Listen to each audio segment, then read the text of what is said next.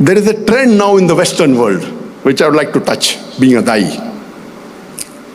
There's a trend in the Western world where previously, maybe 20 years back, 15 years back, it was different. People used science, logic, and reason to prove the Quran, to prove the Hadith, to do dawah. In certain parts of certain Western countries, it's changing.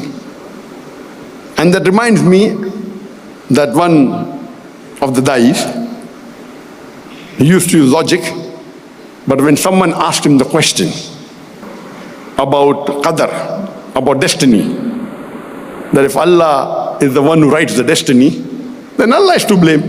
If someone kills, who's to blame? Allah is to blame. If he knows, he writes the destiny, he's to blame. So because he could not answer logically, he says Allah doesn't have ilm ghaib. And everyone gave the fatwa of kufr to him. I won't take his name. I met him and I said, what are you doing? Akhi, what are you doing? And then I explained to him, because this is a very difficult question about qadar. And I gave him the explanation. He agreed he made a mistake, but he had done the blunder. He said, Allah doesn't have ilm ghaib. So now you find in this trend, the first important point to be noted, that always Quran is number one. Quran is the haqq. In source of knowledge, number one is Quran. Number two is the authentic hadith. Then will come reason, logic, science, all are below that.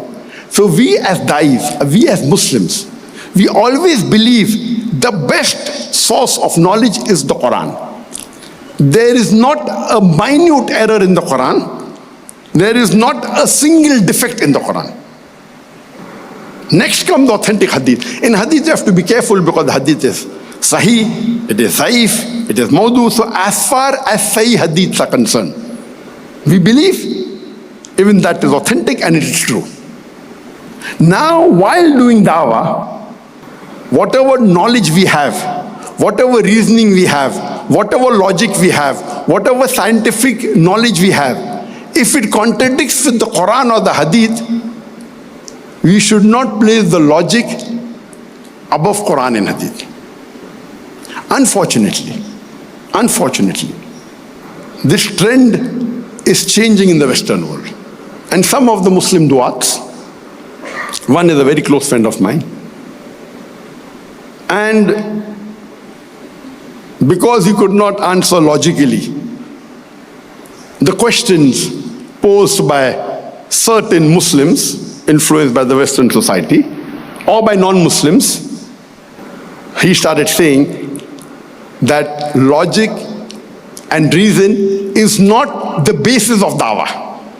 And he said that verbal dawah, verbally talking, is not the fundamental of dawah. And no one converts because of reason and logic. The Quran, the whole book of Quran is on reason and logic. 332 times Allah says, Waqalu, they say. And 332 times Allah replies, Qul, tell them. It's a question answer book. Afala yuminun, will you not then believe? Afala yuminun, will you not then understand? The Quran is filled up with these verses. Will you not then understand? Will you not then believe? It is for men of reasoning and logic. Many verses.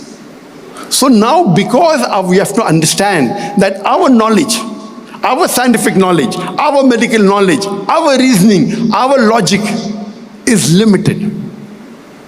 When it clashes with the Quran or with the Sahih Hadith, the Quran is always on top. Then you start giving statements. Then you have two types of people.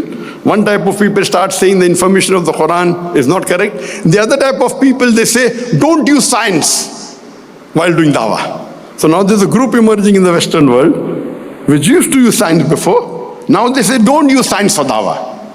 I said, why? So they will disagree with this topic. Tibb Nabwi, understanding the approach of prophetic healing. They'll disagree. Why are you giving a talk on science and medicine? Why are you giving a talk on Quran and modern science? Last year in this conference, I gave a talk on Quran and modern science. They'll disagree. They're saying we should not use science for doing dawah. The reason is because I feel that they have been so much influenced by the Western culture. Some of them got PhDs in Western society, so they trained them in PhD how to think logically. So then they drift away from the Islamic thinking, unfortunately. Therefore, I am not too much in favor of Muslims doing their Muslim PhD in non-Muslim countries with non-Muslim guides. It's not haram. I know many people, mashallah, who have done from non-Muslim countries, non-Muslim guides, and they're very good dais. But there are chances that you may deviate. So one group of dais, they say you should not use science at all. And some of them say Quran is wrong.